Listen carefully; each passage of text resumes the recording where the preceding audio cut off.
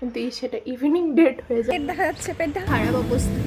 বিরিয়ানি নেই, ব্লগটা ক্রাইগা গাইস। আর লেট হওয়ার প্রধান অ্যান্ড একমাত্র। Hi everyone, welcome back to my channel and a new vlog. তো আজ আমরা দুজনে যাচ্ছি লাঞ্চে। তো ঠিক করেছি যে লাঞ্চে যাব, কিন্তু তার আগে এক বিশাল কাণ্ড বলা চলে। মাথা পুরো নষ্ট, কী ড্রেস পরবো তার নেই ঠিক, আগে থেকে কোনো ড্রেস ভাবাও হয়নি। আমি জাস্ট এই নতুন জামাটার ট্যাগ খুলে পরে এসেছি। তো তারপর এই করতে করতে টাইম ওয়েস্ট, মাথা খারাপ 1.5-2 ঘন্টা। তারপর ভাবলাম যে যা হোক দেখা যাবে, আগে রেডি হয়ে নিই। আর বাইরে যা গরম, তো ভাবলাম যে না ঠিক আছে, জিন্স টপে পরে যাই, একদম কমফোর্টেবল ড্রেস। এটা কিছু করবো না আমরা? না, আমারই তো ভালো লাগতেছে। আমার তো মানে এইভাবে ভালো লাগতেছে স্কার্টে। ওকে, স্কার্ট তো পরবো না, প্যান্ট পরবো। কিচ্ছু বোঝা যাচ্ছে না লাইট বেশি। আমাদের ফাইনাল লুক গাইস। ফাইনাল আমাদের লাঞ্চ ডেট ছিল, কিন্তু সেটা ইভিনিং ডেট হয়ে যাবে এখন। বাট আমার সান স্ল্যাপ।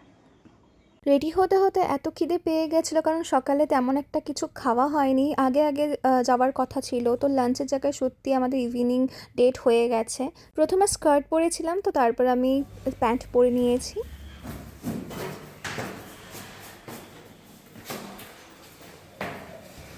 ফাইনালি এখন যাচ্ছি। অ্যাকচুয়ালি আমাদের আগে প্ল্যান ছিল যে 2টোর দিকে যাব, বাট এখন কটা বাজে, 3টা পেরিয়ে গেছে। আর লেট হওয়ার প্রধান অ্যান্ড একমাত্র কারণ হচ্ছে ড্রেস। খুঁজি পাবা। কি ড্রেস পরবো, নতুন ড্রেস পরেও খুলে রাখি, এই হচ্ছে অবস্থা। হ্যাঁ,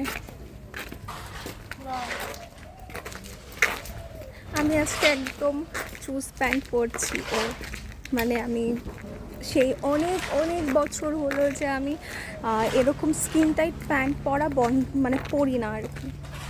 তো আজকে পরে ভীষণই অড লাগছে। না গাইস, মিথ্যা কথা, ভালোই লাগছে। ওভারঅল আয়নাটা অতটা খাস লাগছে না। অ্যাকচুয়ালি আমার ব্যাগই পড়তে পড়তে অভ্যাস হয়ে গেছিলো। আমার ফোনটা না, নতুন ফোন, অনেক চেষ্টা করেছিলাম গায়ের চুলে কালার করার, কিন্তু এবার আমি ব্যর্থ। তো আমার হেয়ার কালারটা খুব ভালো লাগছে। হেয়ার কালার ভালো থাকলে তো মেকআপে ভালো লাগে। এই পেট দেখা যাচ্ছে, পেট ঢাক। সবাই টোটোতে ভিডিও করে, এত স্মুথ কি করে আসে, আমাদের তো স্ট্রাগল করতে হয়। अभी ब्लॉग से ब्लॉग टकराएगा गाइस। বিরিয়ানি খেতে এসেছিলাম, বিরিয়ানি নেই, মানে স্ট্রেঞ্জ। এখন রেস্টুরেন্টে ঢুকে বেরিয়ে আসা প্রবলেম। তো ভেবেছি যে কিছু ব্রেড আইটেম খাবো, নান বা কিছু, কিন্তু আনফর্চুনেটলি সেটাও নেই। ওটা বললো 4টের পর অ্যাভেলেবেল হবে, নাকি 5টের পর, 5টার পর, 6টার পর। আর পোলাও তো আমার অতটাও এখন খেতে ইচ্ছা করছে না।